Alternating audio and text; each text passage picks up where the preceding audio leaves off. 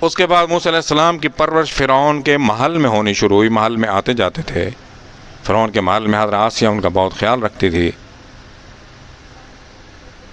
تو جس وقت موسیٰ علیہ السلام جوان ہوئے، وَلَمَّا بَلَغَ أَشُدَّهُ، جب شدید بالغ ہو گئے، کڑیل جوان ہو گئے، وَاسْتَوَىٰ آتَيْنَا حُکْمًا وَعِلْمًا، ہم نے ان کو حکم دیا اور علم دیا، علم عطا فرمایا، توریت عطا فرمائی۔ پہلی کتاب جو آسمان سے اتری ہے، مکمل کتاب، وہ توریت موسیٰ علیہ السلام کو دی۔ وَكَذَلِكَ نَجْزِي الْمُحْسِنِينَ، ہم اسی طرح جزا دیتے ہیں اپنے محسنوں کو، اپنے بندوں کو، اللہ تعالیٰ فرماتے ہیں۔ اب موسیٰ علیہ السلام بڑے ہو گئے، جوان ہو گئے، فرعونیوں کے ظلم دیکھتے تھے اپنی قوم کے اوپر کہ فرعون کی قوم ظلم کرتی ہے۔ وَدَخَلَ الْمَدِينَةَ عَلَىٰ حِينِ غَفْلَةٍ، وہ شہر کے اندر داخل ہو رہے تھے، اب بے خیالی میں اپنے خیال میں آ رہے تھے۔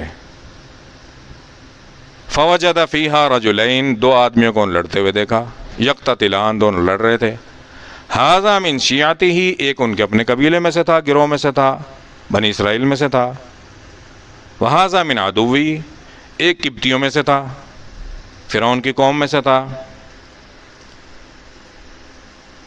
تو جو فرعون کی قوم میں سے تھا اس نے موسیٰ علیہ السلام کو دیکھا، بنی اسرائیل نے موسیٰ علیہ السلام کے قبیلے کے آدمی نے ان کو مدد کے لیے پکارا۔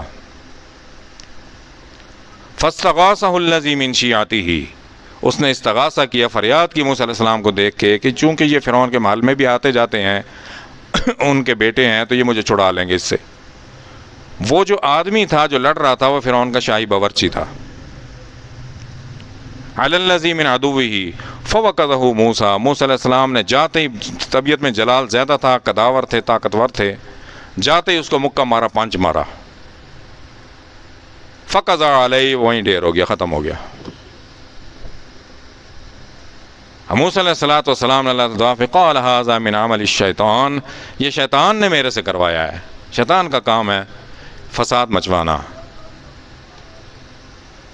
فَقَضَىٰ عَلَيْهِ قَالَ هَذَا مِنْ عَمَلِ الشَّيْطَانِ إِنَّهُ عَدُوٌّ مُضِلٌّ مُبِينٌ، یہ دشمن ہے، گمراہ کرنے والا اور پکا دشمن ہے شیطان۔ تو موسیٰ علیہ السلام دعا کی، قال رب انی ظلمت نفسی، اے اللہ میں نے اپنے اوپر خود ظلم کیا، یہ کیا کیا، میں نے بندہ مار دیا۔ فغفر له، انی ظلمت نفسی فاغفر لی، اللہ مجھے بخش دیں، فغفر له، اللہ تعالیٰ فرماتے میں نے بخش دیا۔ انہ هو الغفور الرحیم، اللہ بخشنے والے ہیں، مہربان ہے۔ اب صبح کے ٹائم دوبارہ موسیٰ علیہ السلام شہر میں داخل ہوئے۔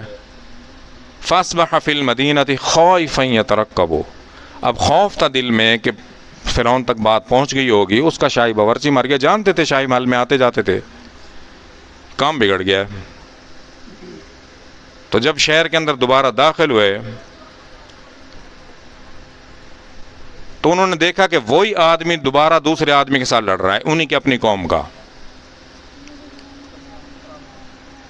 تو اس وقت اس آدمی نے پھر پکارا، موسیٰ علیہ السلام بھاگ کے گئے۔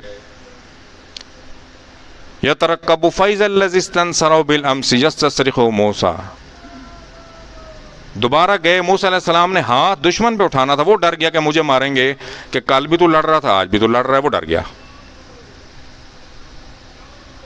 قال له موسیٰ إنك لغوی مبین فلما ان اراد ان یبطش بالذی هو عدو لهما، کہ دشمن پہ ہاتھ اٹھانا تھا انہوں نے، وہ ڈر گیا۔ قال له موسیٰ إنك لغوی مبین، کہ تیرا کام لڑانا ہی ہے تو صلح نہیں کروا سکتا۔ اتنی دیر میں ایک شہر کے پرلی طرف سے کنارے سے ایک آدمی بھاگتا ہوا آیا، اس نے آ کے موسیٰ علیہ السلام کو کہا، وہ فرعون کے شاہی دربار کا آدمی تھا، جو سازشیں فرعون کے دربار میں ہوئی تھی کہ غلام قوم کا آدمی، اس کی اتنی قوت ہو گئی کہ شاہی باورچی کو مار دیا ہے، اب یہ غلام قوم ہمارے خلاف کھڑی ہو جائے گی، تو لہٰذا اس کو پکڑ کے لے آؤ اور اس کو قتل کر دو، مار دو۔ وہ آدمی بھاگتا ہوا آیا موسیٰ علیہ السلام کے پاس، اس نے موسیٰ علیہ السلام کو کہا، وجاء رجل من اقصى المدینہ، وجاء من اقصى المدینہ رجل یسعى قال یا موسیٰ ان الملا یأتمرون بک لیقتلوک، تجھے قتل کرنے کی پروگرام بنا رہے ہیں، سازش ہو رہی ہے، فخرج انی لک من الناصحین، تو یہاں سے نکل جا، میں تجھے نصیحت کرتا ہوں، تیرا بھلا سوچتا ہوں۔